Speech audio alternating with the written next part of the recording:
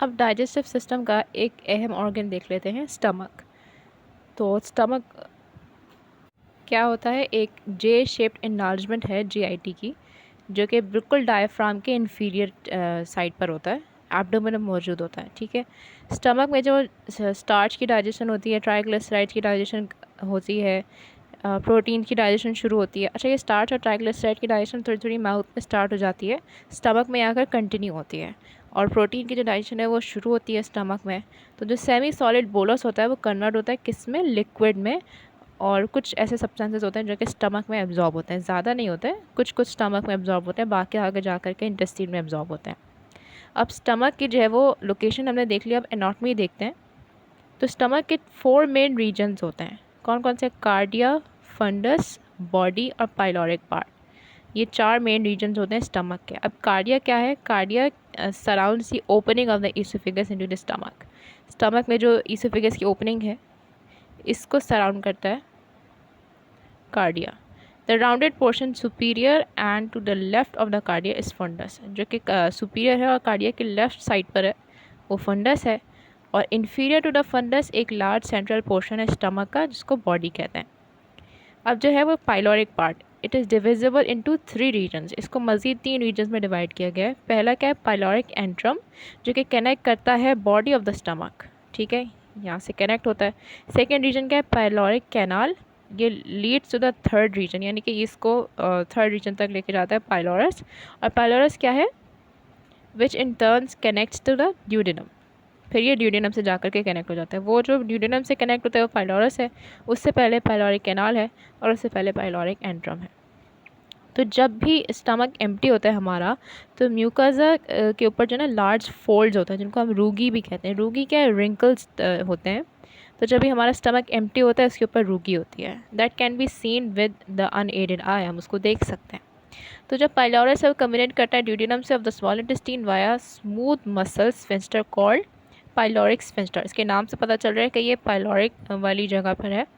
तो ये उस जगह पर है जहाँ पर पाइलोरस किससे कम्युनिकेट करता है, ड्यूडेनम से। यहाँ मौजूद होता है पाइलोरिक स्फिंक्टर। तो ये स्फिंक्टर समझे एक गेट है, इसके थ्रू जो है वो फूड हमारा यहाँ से पास होता है।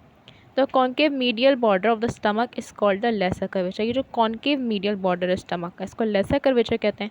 और ऑब्वियसली जो कॉन्वेक्स बॉर्डर है इसको ग्रेटर कर्वेचर कहते हैं। अब स्टमक की हिस्टोलॉजी देख लेते हैं। अच्छा, ये जो स्टमक वॉल होती है इसके अंदर सेम वही जो बेसिक लेयर्स बाकी जो पूरे जीआईटी में होती हैं वही बेसिक लेयर्स होती हैं, बस उनमें कुछ मॉडिफिकेशंस आ जाती हैं। जैसे कि जो सरफेस म्यूकोजा है, a layer of simple columnar epithelial cells, इसको सरफेस म्यूकस सेल्स भी कहते हैं। तो मतलब ये म्यूकोजा कंटेन्स लैमिना प्रोप्रिया, जो कि हमने पहले भी देखा था, एंड मस्कुलरिस म्यूकोजी, ये पहले भी हमने देखा था, तो ये वही लेयर्स हैं। epithelial cells extend down into the lamina propria.